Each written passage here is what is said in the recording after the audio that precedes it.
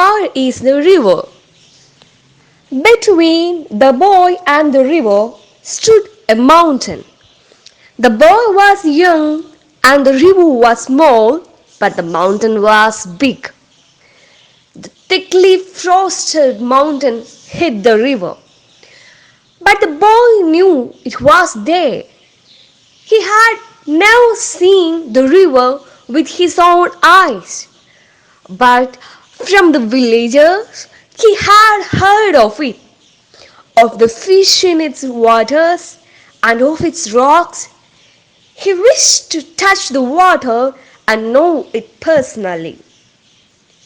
He stood in front of his house on the hill opposite the mountain and gazed across the valley, dreaming of the river. He was about 12 years old, a sturdy boy with untidy black hair and shining black eyes.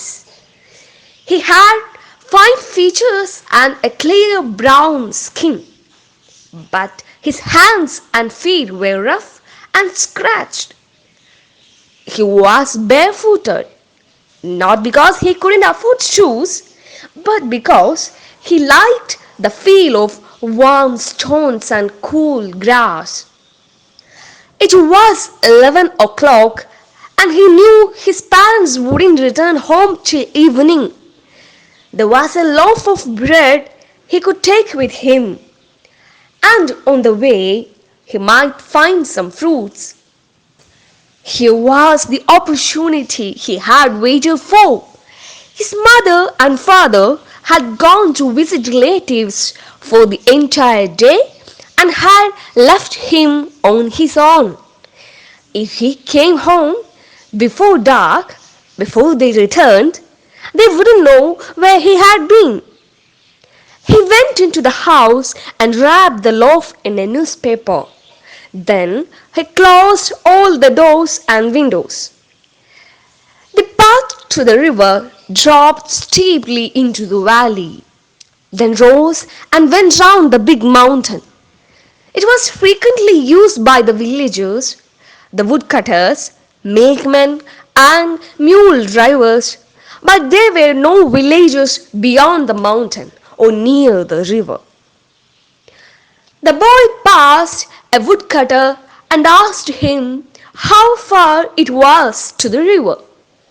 The woodcutter was a short but powerful man with a creased and weathered face and muscles that stood out in hard, ugly lumps.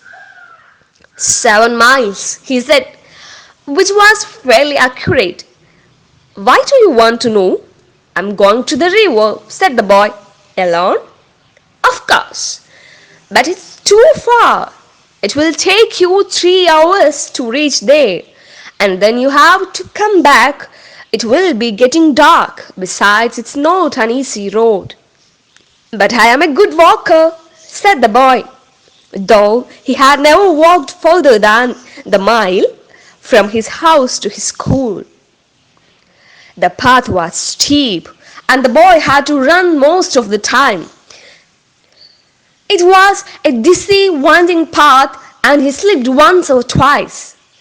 The hill was covered with lush green ferns. The trees were wound in creepers, and a great wild dahlia suddenly reared its golden head from the leaves and ferns. Soon the boy was in the valley, and the path straightened out and rose. He met a girl who was coming from the opposite direction.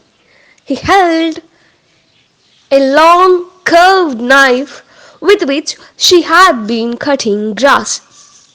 The bangles she wore made music when she moved her hands, and it was as though the hands spoke a language of their own. How far is it to the river? Asked the boy. The girl had obviously never been to the river, or she may have been thinking of another one, because she said 20 miles without any hesitation. The boy laughed and ran down the path. A parrot suddenly screeched, flew low over his head, a flash of red and green.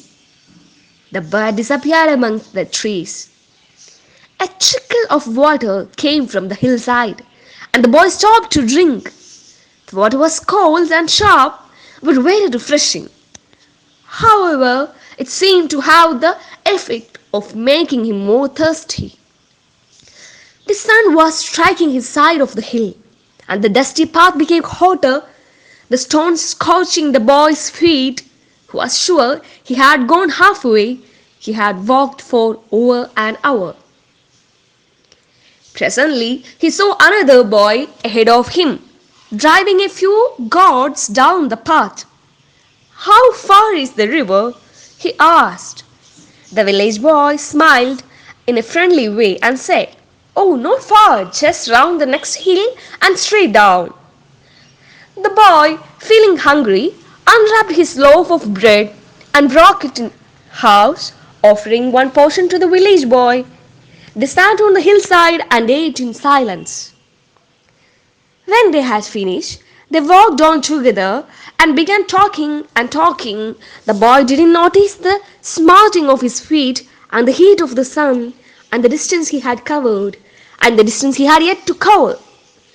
But after some time, his companion had to diverge along another path, and the boy was once more on his own. He missed the village boy. He couldn't be seen. His own home was also hidden from view by the side of the mountain. The river was not in sight either. He began to feel discouraged. He was sorry he had finished the bread. He might want it later. He was determined to see the river. He walked on along the hot, dusty, stony path, past mud huts and terraced fields until there were no more fields or huts, only forest and sun and loneliness. Now there was no man or any sign of man's influence, only trees and rocks and bramble and flowers, only silence. The silence was impressive and a little frightening. It was different from the silence of a room or street. It was the silence of space, of the unknown, the silence of God. Then, as the boy rounded a sharp bend, the silence broke into sound. A sudden roaring sound, the sound of the river. Far down in the valley, the river tumbled over rocks. The boy gasped and began to run. He slipped and stumbled, but still he ran. Then he was ankle deep in the painfully cold mountain water, and the water was blue and white and wonderful.